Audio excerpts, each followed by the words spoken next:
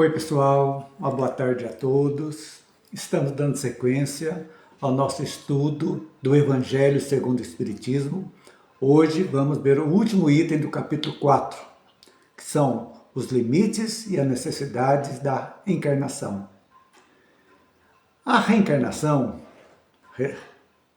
resumindo, para a gente entender bem, é o quê? É uma oportunidade para a evolução moral e intelectual do espírito, sendo necessário a reencarnação enquanto ele está sujeito às influências da matéria, ou seja, encarnado, e não domina seus instintos e paixões. Os limites da encarnação não são fixos, mas decorrem da evolução do próprio espírito. Quando ele se purifica e se liberta das sensações corporais, a reencarnação nos mundos de provas e expiações como a Terra torna-se desnecessária, sendo substituída pela vida espiritual e, posteriormente, por encarnações em mundos mais elevados, livres da matéria grosseira. Então, quais seriam esses limites? Não há um número fixo de quantas vezes precisamos encarnar. Não existe uma contagem pré-determinada de quantas vezes o espírito deve encarnar. A necessidade de reencarnar está ligada sempre ao grau de impureza e imperfeição do espírito. Lógico, enquanto formos bastante apegados à matéria, há necessidade da gente reencarnar. Por quê? Porque adquirimos muitos débitos, muitos erros que precisam ser reparados. Então, quando existe a diminuição da materialidade, ou seja, quando o espírito evolui e se purifica, a materialidade do perispírito, ou seja, o corpo fluídico que envolve o espírito, diminui. Em mundos mais avançados do que a Terra, o perispírito também é mais etéreo, quer dizer, acompanha sempre o corpo de acordo com o perispírito. Quanto mais nos elevamos espiritualmente, mais etéreo fica tanto o nosso corpo como também o nosso perispírito. Então o espírito se reveste desse envoltório chamado corpo físico apropriado à natureza do mundo que é chamado a viver. Por exemplo, nosso corpo físico é de acordo com o que a Terra nos oferece. Então é isso, cada mundo tem a sua particularidade. Hoje, por exemplo, nós precisamos do oxigênio para a nossa vida física. Outros mundos, outros tipos de gases são necessários e não quer dizer que precisa ser sempre o oxigênio. Então, cada corpo, cada perispírito se reveste de acordo com a psicosfera do mundo em que vai habitar. Então, gente, o limite para a encarnação é atingido quando? Quando o espírito se liberta da necessidade de provas e expiações da vida corporal.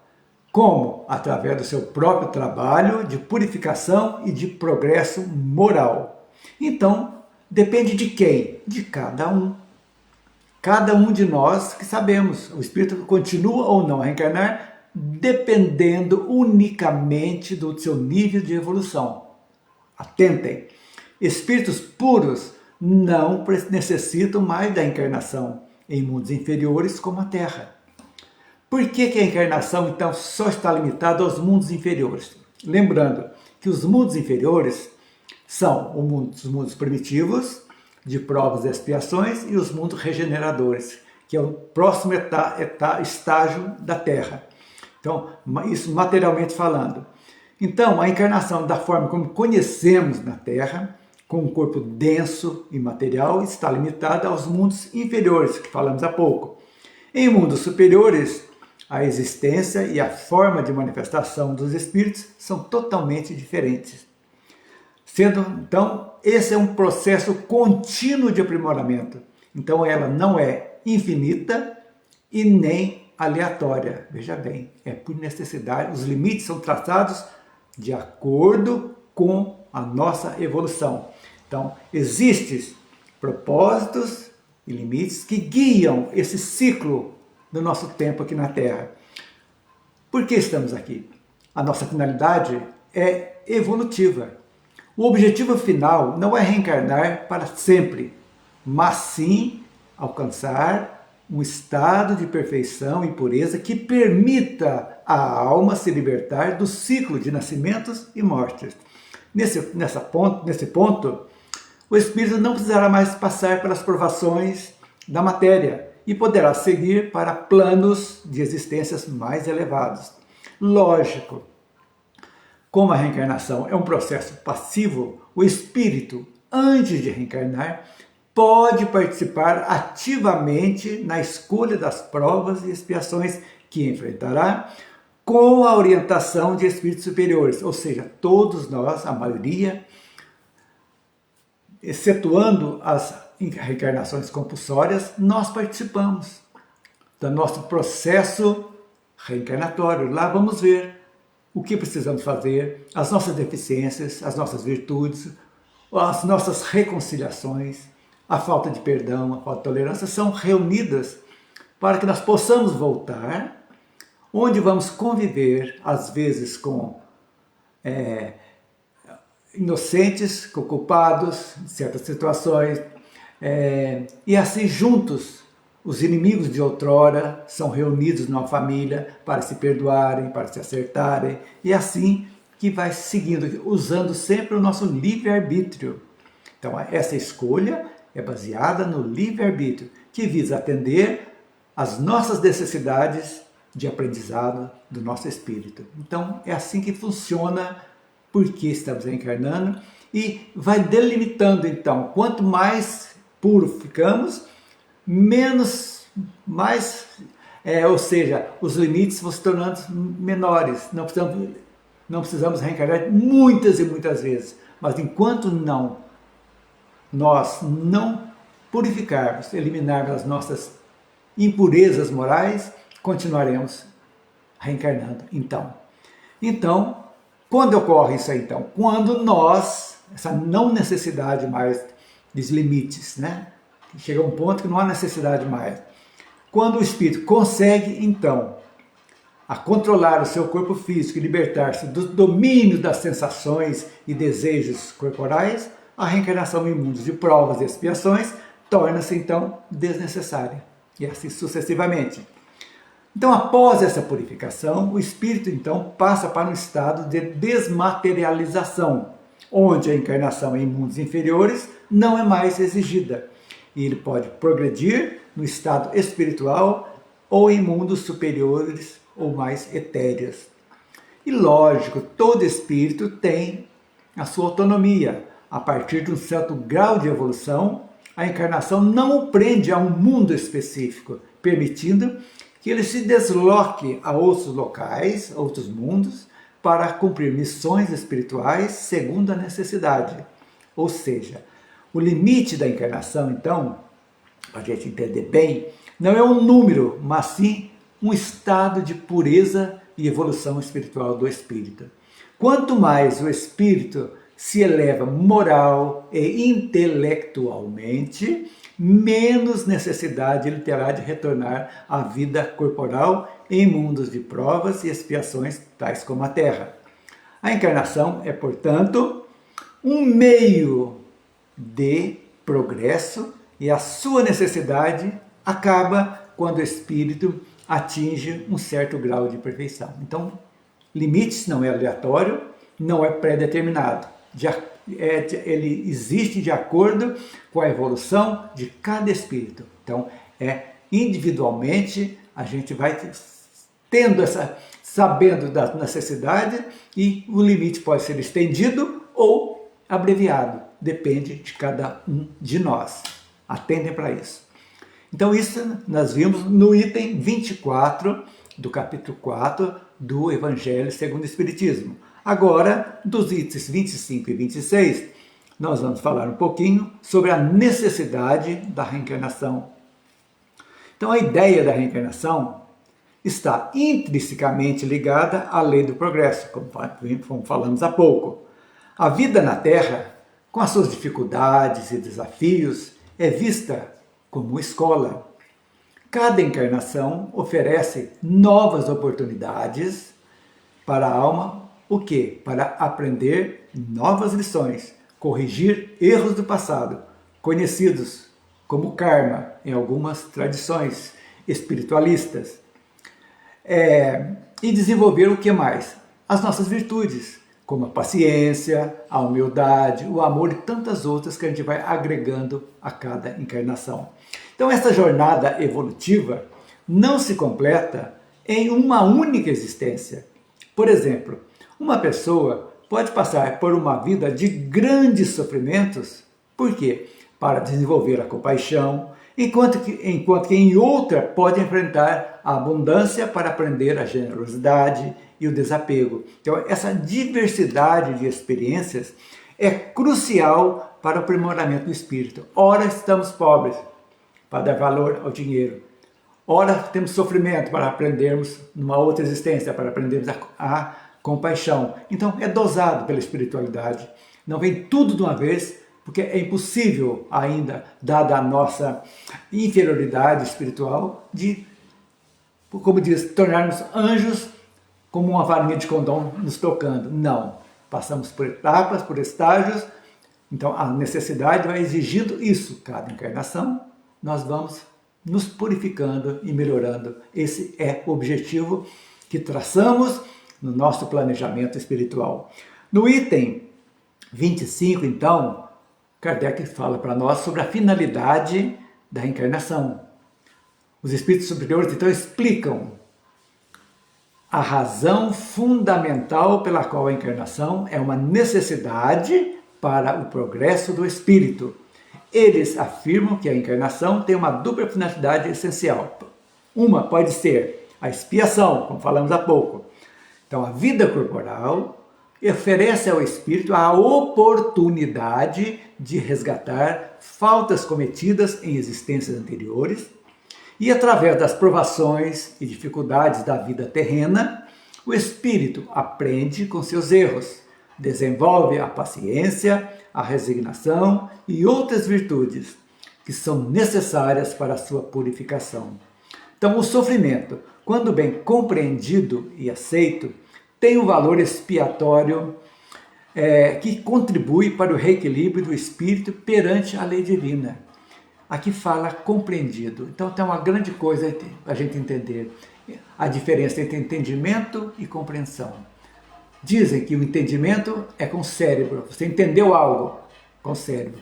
E a compreensão é com o coração. É quando nós compreendemos certas situações e aceitamos, porque se não podemos mais mudá-las, aceitamos e vamos viver da melhor forma possível para resolver, para superar essa fase dificultosa que todos nós passamos em nossas vidas. E também, além da expiação, estamos aqui a necessidade para adquirir perfeições, que é o objetivo. É o meio pelo qual o espírito pode desenvolver suas faculdades intelectuais e morais, no contato com a matéria e com outros espíritos encarnados, não só no grupo familiar, como também no grupo social em que vivemos. E também os desencarnados. Então o espírito tem a oportunidade de aprender e praticar o bem, de superar as suas imperfeições e de progredir em conhecimento e também em virtude. Então, expiações e adquirir perfeições. No item 26, Kardec, então, entra na necessidade da encarnação. Por que essa necessidade? Porque existe uma impossibilidade de pleno desenvolvimento no estado errante. O que é estado errante? É quando desencarnamos, estamos aguardando no mundo espiritual, como espíritos errantes, aguardando a nossa oportunidade. E só lá nós podemos adquirir conhecimento, estudo, sim, mas desenvolver nós precisamos da matéria, porque somos imperfeitos e precisamos do concurso da matéria para que nós ainda possamos aprender a fazer escolhas, que é o livre-arbítrio, entendendo a responsabilidade das nossas escolhas e tendo a reencarnação como o bálsamo que Jesus nos dá, que Deus nos dá, para que nós possamos realmente cumprir a nossa missão aqui na Terra, que é a nossa expiação, e também para que adquirirmos as nossas perfeições. Então, é impossível, como disse há pouco, o espírito desenvolver-se plenamente apenas no estado errante, ou seja, como desencarnado. Embora, como dissemos há pouco também, embora o espírito possa adquirir algum conhecimento, desenvolver faculdades no plano espiritual, a experiência na vida material, com suas lutas e necessidades, é indispensável para o desenvolvimento completo das suas potencialidades. Então, o contato com a matéria estimula o quê? A inteligência, a vontade e a capacidade de ação do espírito. E também permite o desenvolvimento moral e intelectual. Por quê? Porque a vida em sociedade, durante as encarnações, permite ao espírito desenvolver virtudes, como dissemos há pouco, tais como a bondade, a caridade, a humildade, e também para combater vícios como egoísmo, orgulho e maldade. E, sobretudo, a superação. O objetivo também é a superação das inferioridades. Quer dizer, a reencarnação é uma condição inerente, como dissemos há pouco, à inferioridade do espírito, que precisa encarnar para aprender a se purificar. Essa é a nossa caminhada. Em suma, nesses itens 25 e 26, eles esclarecem que a encarnação não é uma punição, e sim uma necessidade fundamental para o progresso do espírito. Ela oferece perfeições intelectuais e morais, trabalhar para o próprio aperfeiçoamento e praticar a lei do amor e da caridade nas nossas relações sociais. A vida terrena, com suas alegrias e tristezas, é uma etapa essencial para a jornada evolutiva do espírito. Então, hoje aprendemos a respeito disso. Resumindo, não existe um limite pré-determinado. Você tem tantas encarnações? Não. Depende da vontade do espírito dele adquirir, aprendendo a fazer escolhas melhores. Lógico, quando fazemos escolhas melhores, nós eliminamos escabrosidades morais que estão dentro de nós, adquirimos virtudes, e sim, os limites diminuem, não vão necessitar tantas. Mas, se nós teimamos e vimos, passamos praticamente aqui, não adquirimos nada. Só vindo, voltando, não existe limite. Deus nos dá toda a oportunidade do mundo para que nós possamos, adquirirmos a capacidade de escolhermos bem a nossa vida, as nossas decisões, para que nós possamos eliminar as nossas diferenças morais e seguirmos adiante. Aí, o limite, como disse há pouco, diminui. Agora, a reencarnação é uma necessidade evolutiva. Por quê? Nesses três mundos são cruciais. Podemos dizer que são o ensino, o jardim da infância das nossas caminhadas evolutivas. Milhares e milhões de anos ficamos no mundo primitivo. Estamos no mundo de provas e expiações, milhares de anos também. Quanto tempo ficaremos no mundo de regeneração? Também não sabemos. Porque a nossa caminhada até chegarmos aos mundos ditosos é uma longa caminhada. Mas isso aí, não devemos nos preocupar com isso. Devemos nos preocupar com o que estamos aqui hoje. O que estamos fazendo agora? O que estou fazendo da minha vida? Eu estou me preocupado na minha melhora moral, espiritual, ou estou simplesmente levando a vida como a vida, deixando a vida me levar, vida leva eu? Não. Quando nós cairmos a nossa ficha, entendemos o porquê estamos aqui, damos um sentido à nossa vida, nós então estaremos evoluindo. Estamos facilitando as nossas próximas encarnações. Vejam bem, é interessantíssimo isso aí. Então, as pessoas dizem assim, não, deixa na próxima encarnação melhor. Não, não podemos perder essa oportunidade agora que estamos aqui. Não podemos perder essa oportunidade. Ela é fantástica, foi nos dada. Sabe por quê? Porque nós sabemos quanto tempo nós esperamos na erraticidade, lá no mundo espiritual, aguardando essa oportunidade de um pai e uma mãe que nos aceitasse nos receber, para que nós juntos comecemos a evoluir. Então, este é o momento. Não importa a idade de cada um, ser jovem, ser adulto, ser idoso. É o momento da conscientização. Vamos vestir essa veste divina, que são as leis divinas. Vamos vestir e vamos ver o que eu posso já fazer a minha mudança. A minha vontade é necessária. Então, sempre devemos saber que o primeiro passo para a mudança, para sair da zona de conforto, é o passo mais difícil da vida. Eu sempre digo que, comparando-a com um veículo, a marcha mais forte de um veículo é a primeira. Ela não tem velocidade, mas ela vai mover 1 tonelada. É exatamente isso. Esse início, quando nós exercitamos a nossa vontade, é difícil abandonar vícios, abandonar as coisas fáceis da vida, a vida desregrada, que nos dá prazeres efêmeros. Mas sejamos persistentes.